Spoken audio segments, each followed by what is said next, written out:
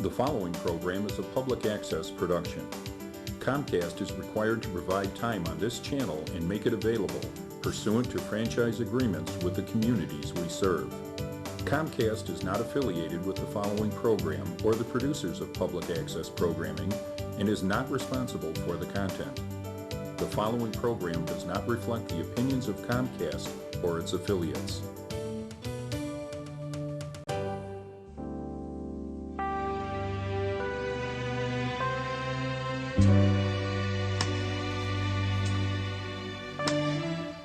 Good afternoon, and thank you for joining us. This is me, Ms. Rhonda B., coming to you from Voices of Mass Discussion.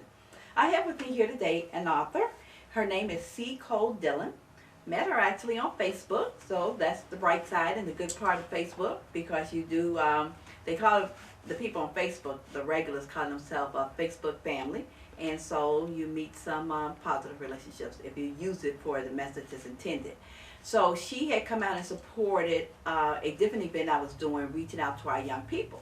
But while she was there, she also shared with us her story that based on her work experience and some things that she encountered are and you've been hearing this on the news about student loans. So of course we were brief, and so there was only so much you could say in that short period of time. So I read some information that she had sent to me, looked some things up on the internet, and so she agreed to come out to give a little detail, give first of all a little backstory as to what she does, how she ended up doing it, and then how what she wants the public to know. So Cole, I want to thank you for coming out. Oh, thank you so much for having me. Okay, appreciate your support. So, like I said, she's been very supportive with some ventures that I was doing, trying to reach out to the youth, and then turned out that she has a message too that's going to help. Okay, so tell us a little about who are you, what do you do, and why should those out there listening care? So I'm Cole Dillon, and I am the co-founder and chief operating officer of Student Loan 411 LLC. We're a Chicago-based company, and what we are an advisory and consulting firm to work with people who have student loan debt. Now, it sounds like that is a fairly simple problem, but it turns out that student loan debt is very complex because it is an unusual consumer financial product. So first and foremost, think that this is a product that we sell primarily to children. It's usually the first financial transaction that you do as a young adult, and it kind of comes with a gun pointed at your head, because what happens is you're oftentimes told you need to sign here so you can go to class, right? And so that's what kids do. They sign here to go to class. But what they don't know is that they're signing up for a financial product that basically has no consumer protections. So almost any other financial product that you can take on has certain protections to make sure that you don't get in over your head. But student loans are unlike that. So what am I talking about? Mm-hmm. Truth in lending. If you've ever had a credit card, bought a house or a car, the creditor has to tell you at the time that you take out the debt how much you're going to pay for that debt over the life of the loan. That's not true for student loans. Consumer debt is usually amortized, meaning that your payment is divided into principal and interest at the time that you sign up for the loan, so you know what your payments are going to be over time. Again, not true for student loans. And that can have a devastating impact, because since the loan is not amortized, that means that the loan servicer gets to decide what to do with your payment. So if you make an extra payment or add extra money that you think is going to the principal, the loan servicer can decide to take that extra money and apply it to either fees or interest, past interest or future interest. So a lot of people get caught up in this game where they think that they're doing the right thing by paying extra, and they're actually not making any progress on their loans because of the way that the loan itself is structured. So you might wonder, like, how does anybody get into student loans? Well, I mean, how is that possible when aren't most loans come through a bank? Well, so interestingly enough, yes, but this is a special product made for a special subset of people, and there's been considerable lobbying of Congress to change the rules.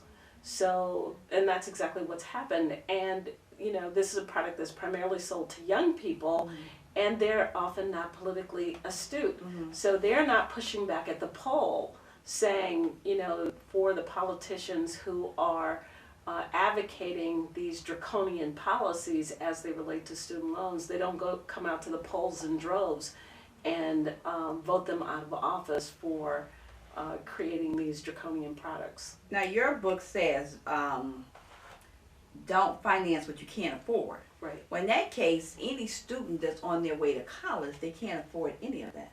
Well, so interestingly enough, there is a thought process, right? So if you think about going to college, what you're really trying to do is to assess what your future earnings are going to be.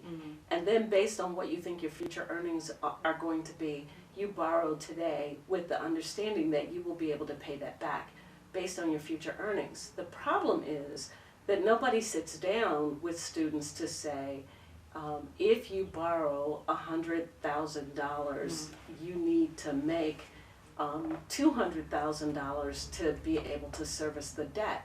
So kids don't have any good idea of how to decide what it is that they're going to do. So in general, what I say is, you know, pick state schools over private schools if you can. Go to community college if you can. If you can dual enroll while you're in high school and take community college courses that you will get credit for when you get to college, do that. But also have a real understanding of what is the education trajectory for your career path. So for instance, if you want to go to law school, you have to have an undergraduate degree. You cannot go to law school without an undergraduate degree. But you're never going to monetize your undergraduate degree because you're going to law school. So if you pay $65,000 a year for 4 years, you now have a $250,000 degree that you're never going to earn a dime on. So, but you know what, the whole thing, this is another thing to your thing says, do you think everyone should go to college? But at 17, 18 years old, there is no earthly way you can answer that question. Well, you should answer that question sort of letting your past be the projection of your future. So if you weren't motivated in high school, what's going to make you motivated in college? And at high school was no risk. So you're going to go to college and have all of this financial risk when you weren't motivated in high school. So you at least got to stop and say, maybe I need to take a time out and figure out what my motivation is for going to college. What am I paying for? But I'm in the educational system. It's not that simple. Because first of all, you have every adult in your life telling you to go to college. That's right. And at 18, you have no idea. And a student who is not academically strong in high school, that's not a strong indicator as to whether they're going to be good in college. And the reverse. You could be excellent, an A student in high school, and then you're the one who drop out in college. Well, that is true, but it is not likely. The students who come into college underprepared are the ones who are most likely to drop out, and drop out early. And when they drop out, this debt does not go away. So they don't leave college and leave the debt behind. They leave college and take the debt with them. And because they now have this debt, whatever job that they can get, it actually puts them further in the hole because they have this debt that doesn't go away. But as adults, we owe our children better than to just say to every child that you should be in college as if there are no real alternatives. And there are some alternatives to think about. You can do City Year, or you can do Year Up, or you can do AmeriCorps, you can do military service, you can do the Peace Corps. There are a lot of things that you can do, and the Department of Labor is running a pretty serious apprenticeship program where you can apprentice your way into the workforce And I understand that maybe not everybody knows that all of these programs are out there, but that's part of why I wanted to do your show, is to start talking about there are alternatives for kids who are going to college merely because they can't figure out what else they want to do. Okay, so now the other thing too, now your thing, this is quite a few pages to be talking merely about student loans. So do you talk about any of the other financial options that a young person can get to go to college?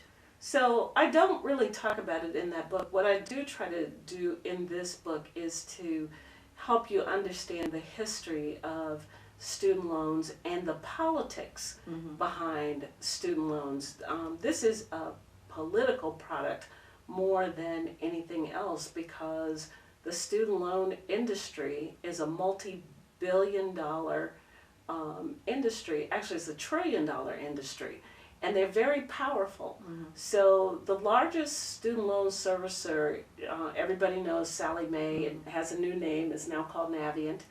I know that. And Navient last year made a gross income of 1.6 billion with a B dollars, and they primarily work as a student loan servicer. They do have a few other lines of businesses.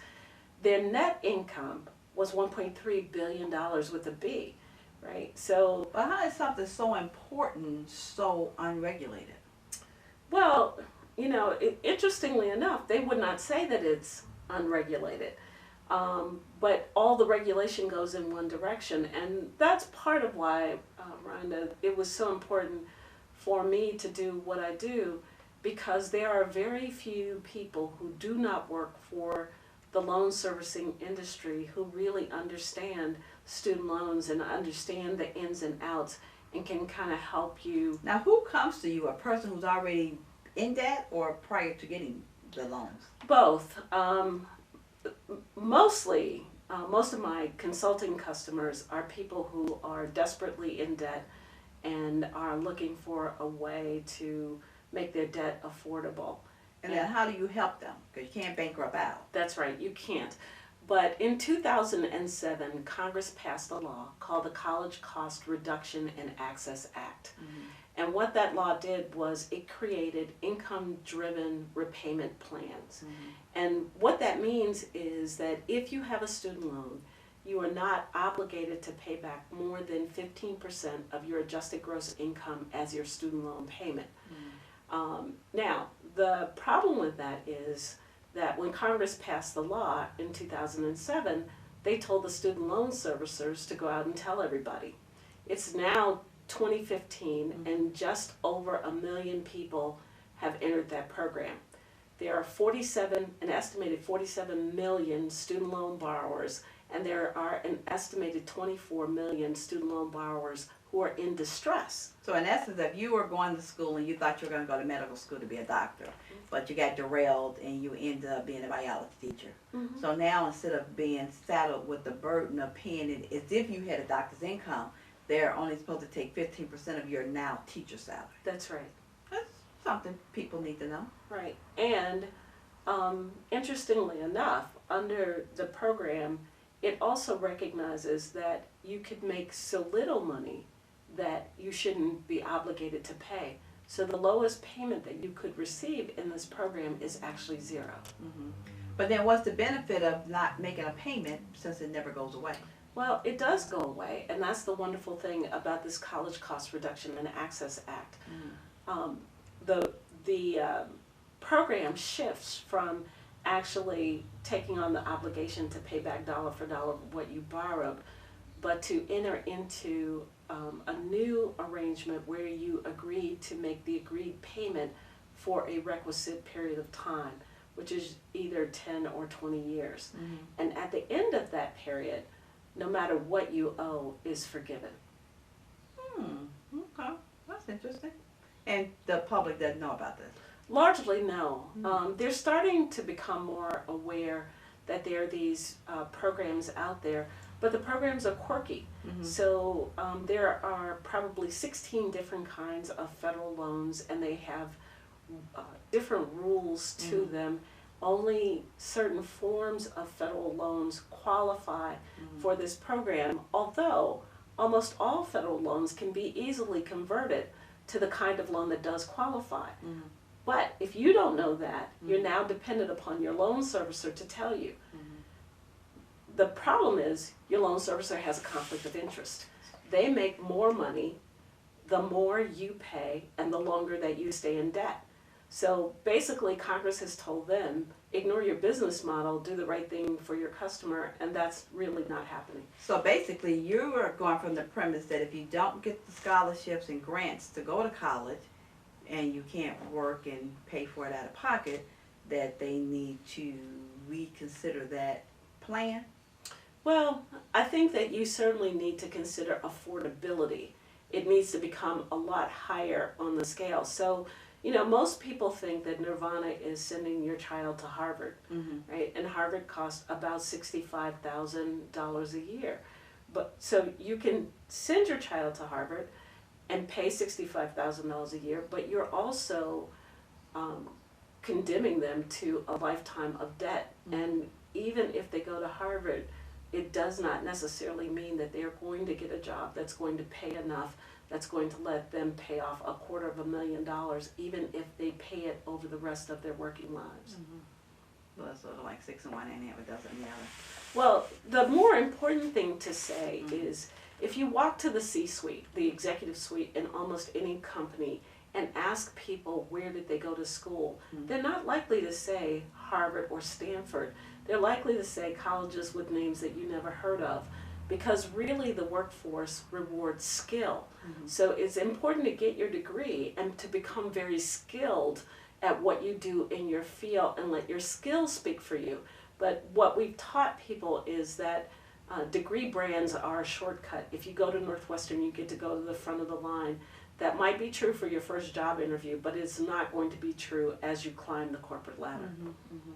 Yeah, that's sort of like the whole notion of going to college, period. Because if you go to college, you're going to get better pay than the person who didn't go to college, which is sort of like a dog chasing his tail, because you are going to be in a position to get a better pay, but you're not comparing the fact that you went to college and the other person didn't. You're not even going for the same job. That's exactly That's the disheartening part, that when you do go to college and finish, it's like, okay, so now I'm in here competing with a whole bunch of other people that went to college. That's right. And the same way, if you're going for a Harvard or a Stanford type job, you're competing with people who went to Harvard, Yale, Stanford. That's right. So the playing field is different, even though that's not how it's sold to us. That's right. That's exactly right. But the other thing is generally accepted that a college graduate will make about $1 million more over their working life than a non-college graduate.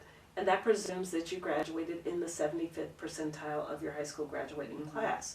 So back into the numbers. If you pay $20,000 a year for K through 12, you've now spent $250,000. If you send your kid to a tier 1 school that costs $65,000 a year, you've now spent another $250,000. If you send them to graduate school that costs $100,000 a year, you've now spent another $200,000. So think about it. You can set yourself up to pay $750,000 for $1 million advantage, right? And so nobody's really out there talking about the numbers. And when you start looking at the numbers, it actually says the less that you pay for your education and the more time you spend trying to hone your skill, the better off you're going to be in the long run, and the better return on investment you're going to get for your college education. It's sort of like an uneven playing field, because the young person, because if you just even go with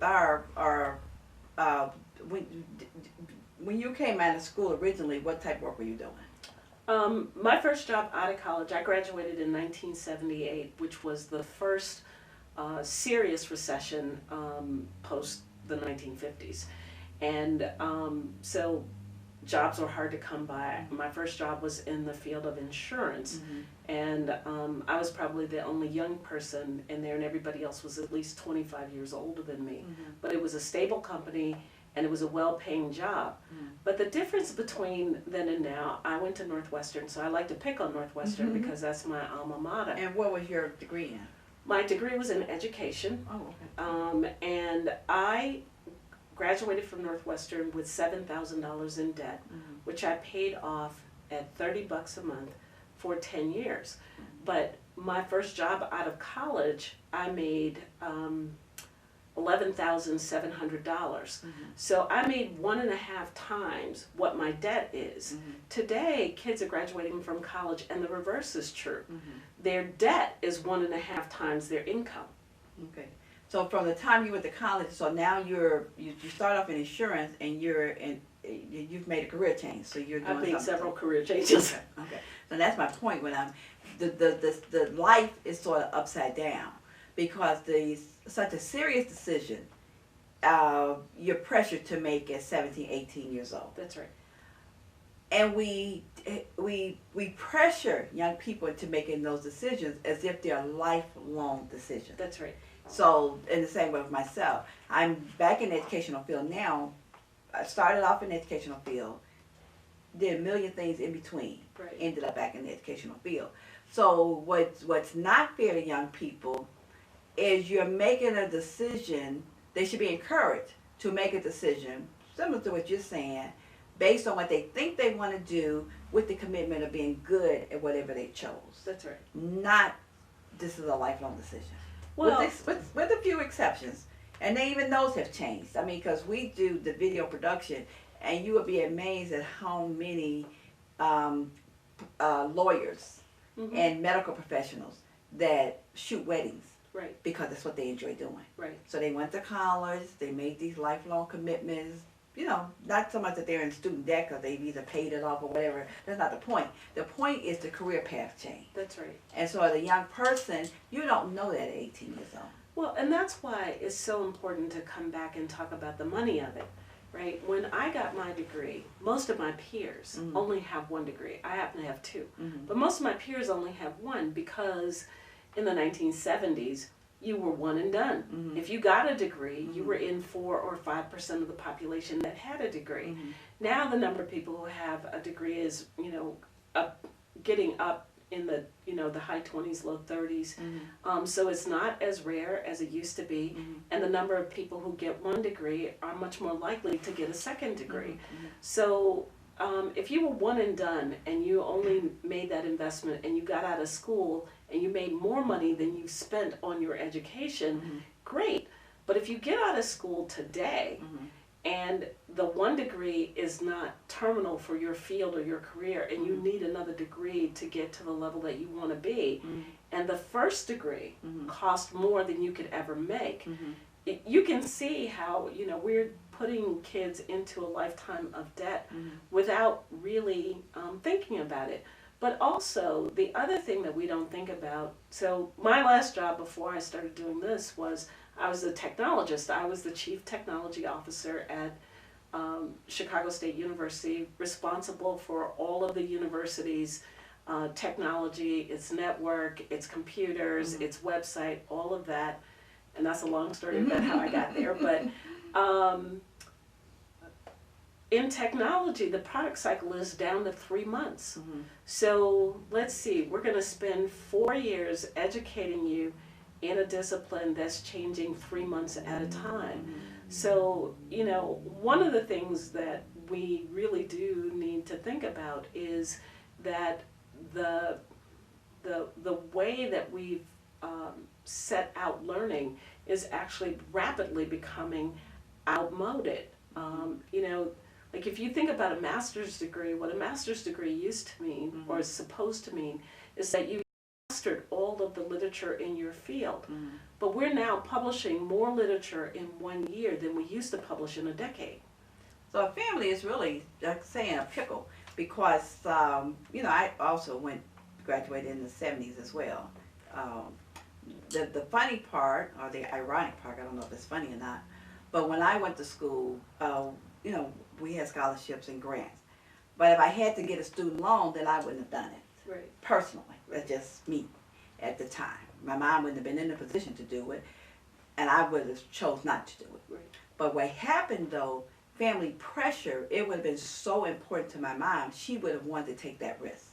Well, also, and this is part of what I talk about in the book, things changed dramatically during the Reagan administration. So prior to the Reagan administration, you used to get 2 grant dollars for every loan dollar that you were offered. Now it's the other way around. You get 1 grant dollar for every 4 loan dollars that you're offered.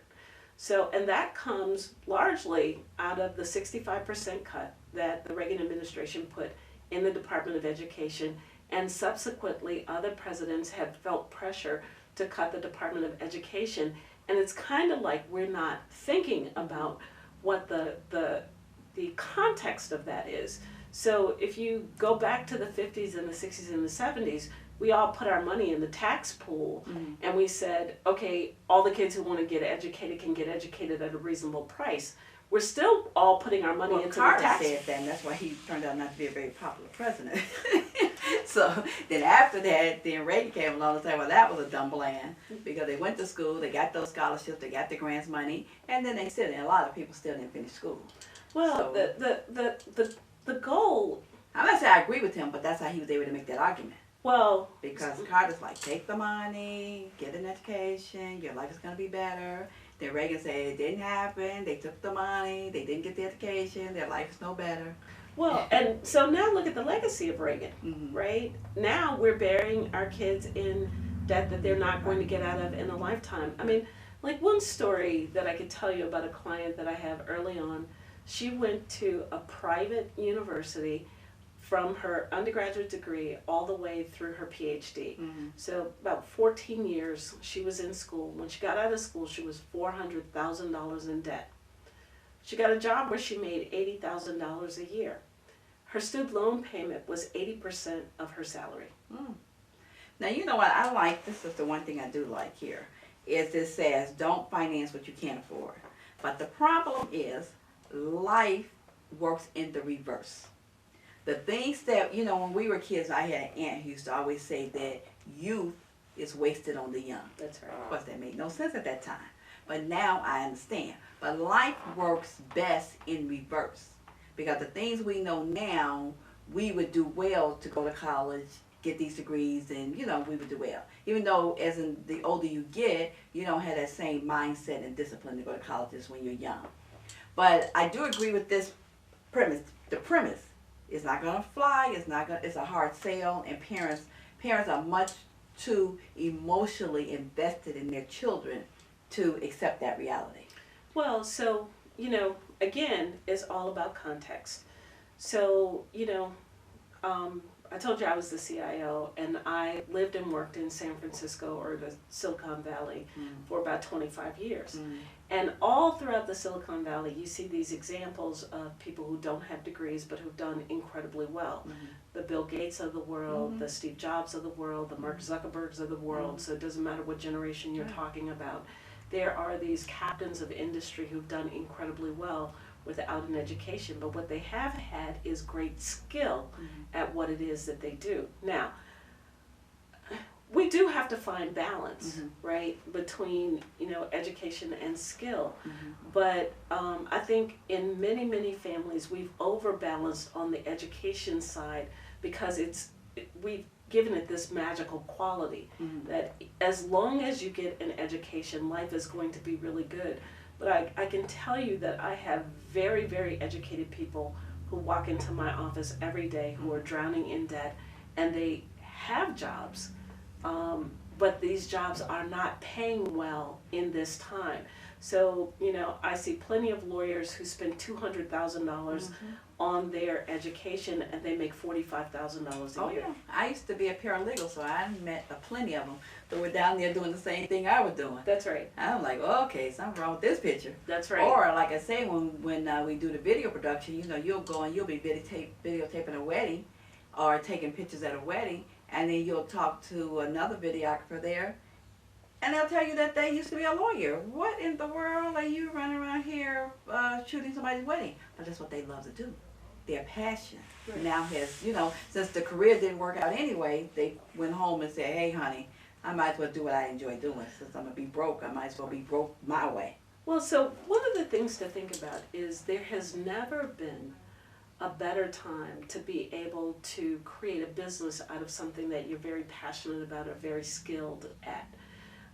So, you know, if you want to be a videographer, you get a couple of good cameras, get a computer and a phone line. Well, and, not that simple. well, but you know, in theory. but I mean, the equipment that you have to buy, I'm not talking about the skill that you have to have, but the equipment that you have to buy is now affordable. It used to be that, you know, you couldn't even afford to buy the quality. I know, but it works equipment. both ways. Because it's so affordable, then fewer people feel they need to pay for one because Aunt Susie could do it.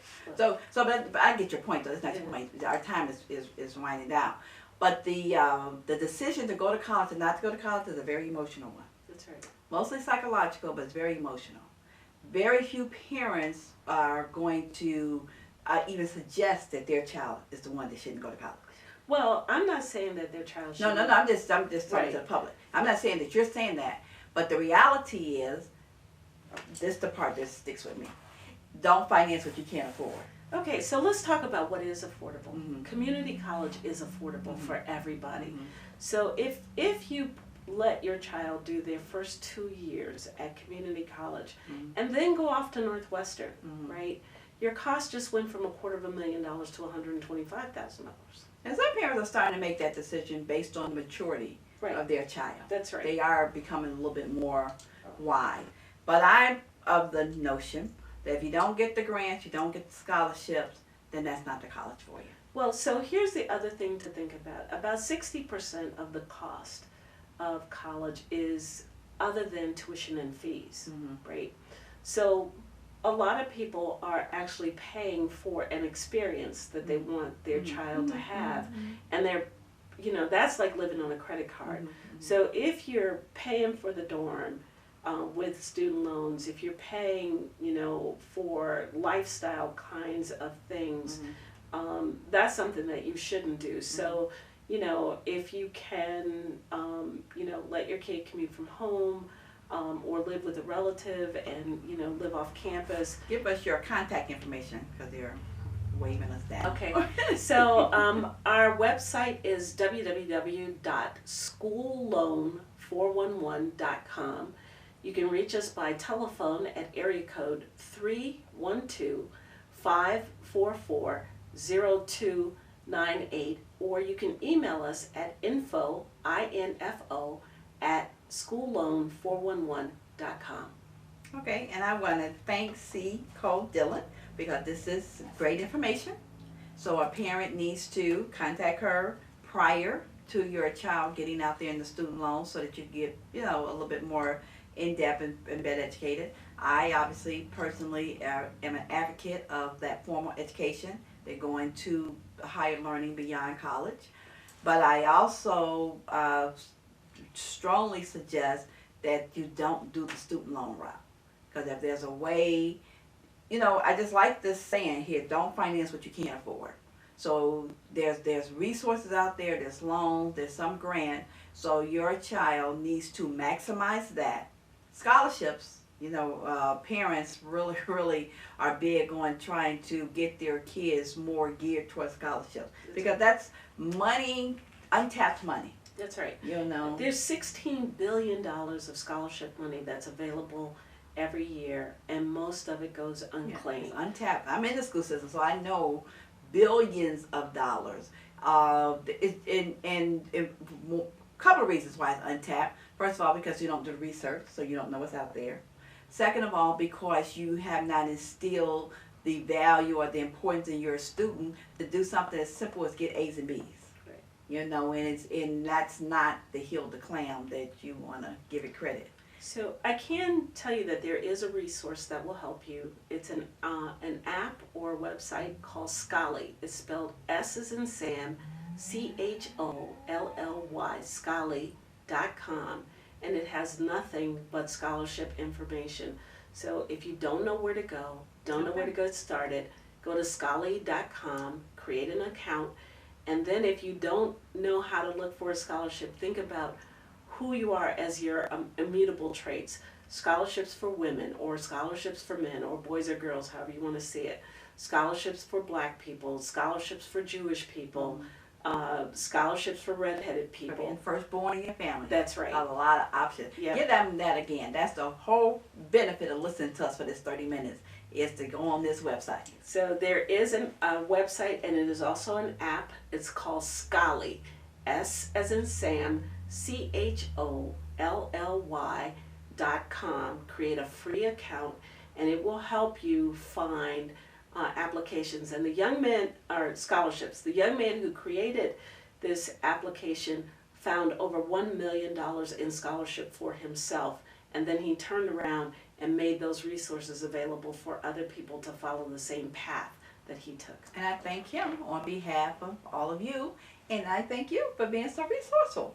So I am going to research that myself, so I'll do a follow-up article on it, as well as a follow-up article on her book, and then her information, of course, will be easier for you to get because I have put it in writing. And then I'm going to definitely research the scholarship resource, because we need our young kids to be educated, not because the formal education is the deal breaker, but because the more you're committed at being good at something, the better we'll all be as a society. So the last thing I will say is formal education is the gateway to skill. And what you really need to do is to make sure that your child connects their formal education to a skill that is sellable in the marketplace. So if you think about something like being a French literature major, you don't tend to think of that as being very skillful. But if you think about the fact that there's tons and tons and tons of material that get translated between languages, or they could work as a diplomat or work with diplomats in translation or work in international trade. I'm not saying take away your child's passion. I'm saying direct your child's passion to connect to something in the marketplace where they can trade that skill that they're developing for money to support their life and their lifestyle. And I'm going to say just the opposite. If you have a young child and I encourage them to go to college, but my suggestion, just based on age, based on my own experience, living life, my friends, we all started off in one career path, and very few have ended up where they started. I say, what I like about what you said, that if we need to encourage our children to be good at what they do, whatever it is they're doing, that being good at what you do is going to pay greater dividend than anything else that we do. Well, and really, I'm saying the same thing. I know. Yeah. If their passion is French, just make sure that you point them in the direction of connecting that to something that they can turn into a career for. I'm not saying don't encourage your child to follow their passion. Encourage them to be excellent at their passion and to connect it to something that they are going to want to do where they can exercise that passion. That's really the point that I'm trying to make. Because, in my own life, I have done 5 or 6 really different and disparate things because I'm not the same person that I was when I was an 18-year-old young woman.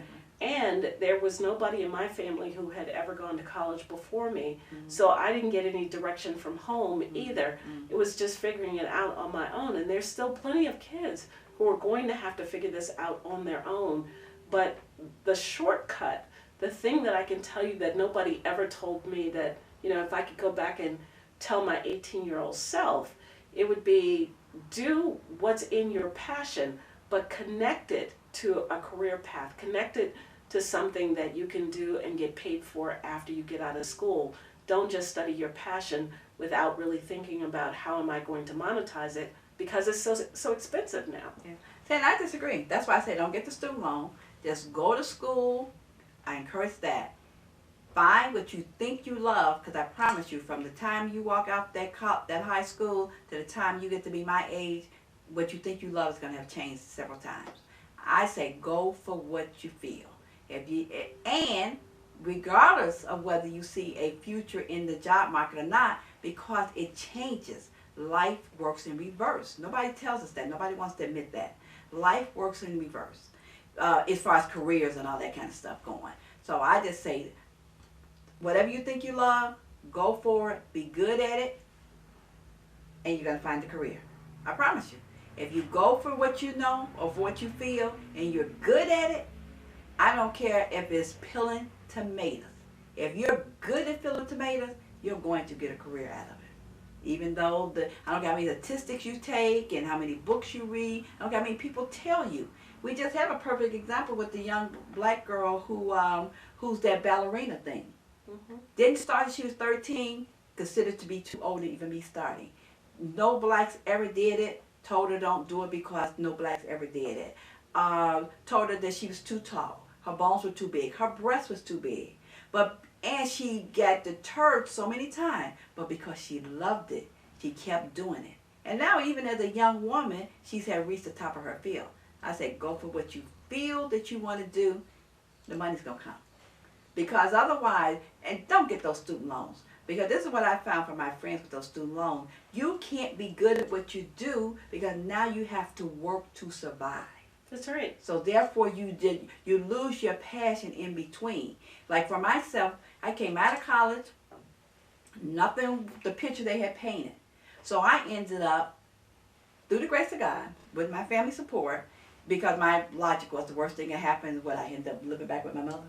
Okay, I could deal with that. So I ended up quitting my professional job because at the time I always wanted to own a nightclub. I used to have this vision. I wanted to own a nightclub with a skating rink, on top, and you skating, you could look down the nightclub, or vice versa. But anyway, I always wanted to own a nightclub. Finished college. Adult life was nothing like they had painted it, so I didn't want to have any parts of it. Quit my job. I was a counselor at the time. Went to work as a bartender in the nightclub. Just work as a bartender, get my tips, and life will be, I'll just be a slacker. That was my decision at that time. But so many beautiful things happen from there. Of course, because if you're good at what you do, cream rises to the top. So then they recognize, like, what are you doing in this bar?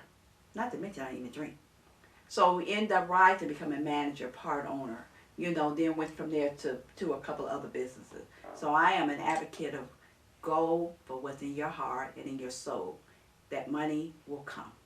But if you get that student loan, you will never ever be able to take the risk because you have to go to work. Because like you said, that loan's going to compound and triple pound and whatever all, that she'd have made a whole career out of the being able to tell you. So that's it. So C. Dillon, we want to thank you for coming. Give your website one more time and then we're going to call it a wrap. So you can reach us at www.schoolloan411.com, or you can call us at area code 312-544-0298, or email us at info@schoolloan411.com. This is me, Miss Rhonda B., coming to you from Voices of Mass Discussion. Thanks for listening to us. Go to college, don't get those school loans, and get to know resourceful people, and life will work itself out in the end.